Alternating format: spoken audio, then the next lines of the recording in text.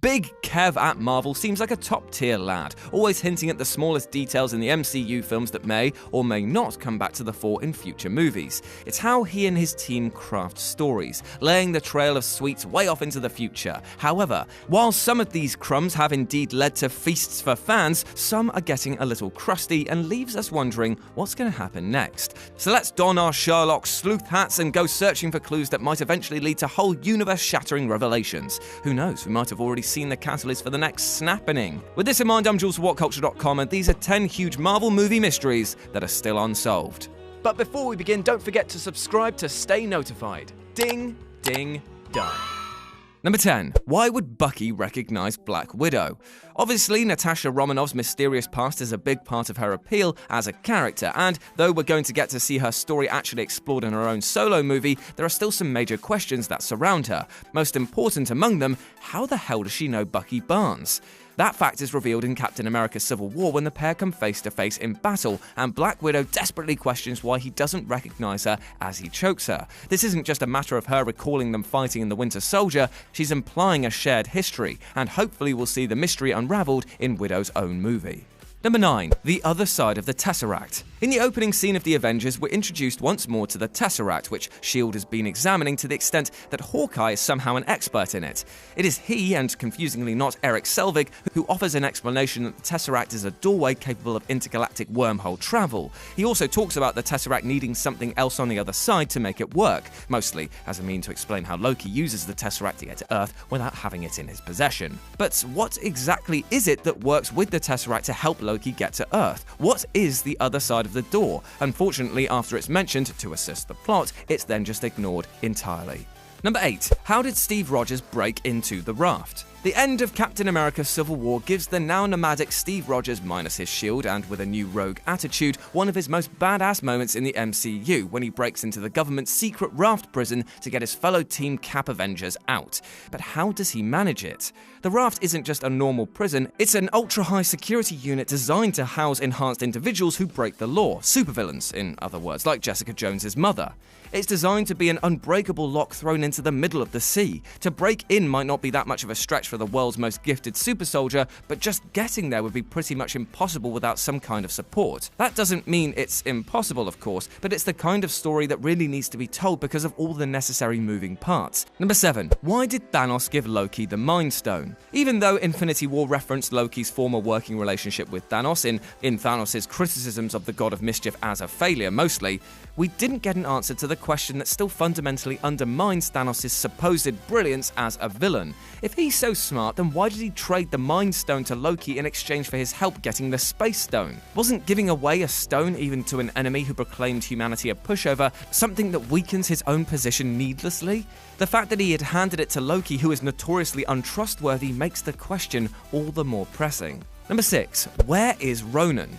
In Guardians of the Galaxy, when Ronan was defeated by the combined love and friendship and also a little bit of insta-rage from the Power Stone, it looked like he was dead, no question. But then Infinity War changed the rules of the game by confirming that Red Skull wasn't actually killed when he was disintegrated by the Tesseract at the end of the first Avenger. He was merely trapped by the stone and cursed to be the Soul Stone's keeper. So could Ronan still be alive too? And if so, where is he? Was he too trapped in the Power Stone? And if so, what is he doing now? Surely there can't be one rule for one and another for another. Number 5. How was the Bifrost fixed?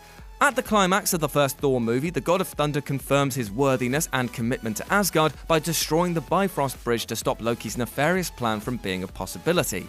It's seen as a potentially universe-changing decision that absolutely was not taken lightly and will surely have long-lasting consequences. But then, when the time for Thor: The Dark World came to disappoint everyone, the bridge was somehow reinstalled and everything was fine again. There was no mention of how it was fixed or anything like that, it was just back to being okay. Surely something deemed so catastrophic in the first film bears a little explanation? Number 4. Where is Lady Sif? Sticking with Asgard, Thor managed to lose an entire person between the two sequels and nobody seems to have noticed. Even though the way the Warriors 3 were killed off, they at least got some screen time to wrap up their stories. Thor's other friend, Lady Sif, simply wasn't mentioned at all, meaning her last appearance on Agent of S.H.I.E.L.D. led her to a dead end. Marvel have said that she was banished by Loki disguised as Odin before Ragnarok kicked off, but it's still strange that she didn't return to her home when Hela's rise became clear. Also, the Russos have confirmed that she didn't die off screen after the big click, so there's actually potential for her return. Number 3. Why didn't Tony Stark know about the Defenders? When you think about it, the fact that Tony Stark knows about Spider-Man's existence suggests that he's been tracking persons of interest in the MCU. Why then has he never looked into the existence of an invulnerable man with diamond-hard skin, a blind super ninja, a super strong SAS machine, and a guy with a glowing fist and no personality? Surely any one of them would have been much more use in the fight against Captain America than a teenager with no battle experience, right? Number 2. Seriously, why did Odin have a fake gauntlet?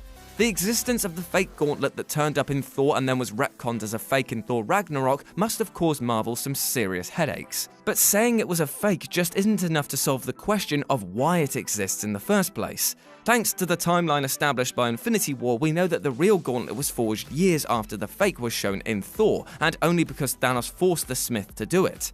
So why the hell was a fake one already in Asgard's vault? And how did Hela know that it was a fake if she had no real reference point to qualify it? And how did the real version come to look exactly the same as the fake? Did the fake actually inspire the real one? And why was it in Odin's vault if he believed it was real? And number 1, the Last Guardians Easter egg. When James Gunn is eventually done with the MCU, which won't be for at least a while since he's got another movie to make and a whole creative manifesto to explore more cosmic stories with first, his legacy will be remembered for these important things. He will be remembered for defying expectations, for making some of the funniest and most likable characters, for reinventing the way that music was used in the MCU, and for some of the most legitimate emotional depth in the franchise.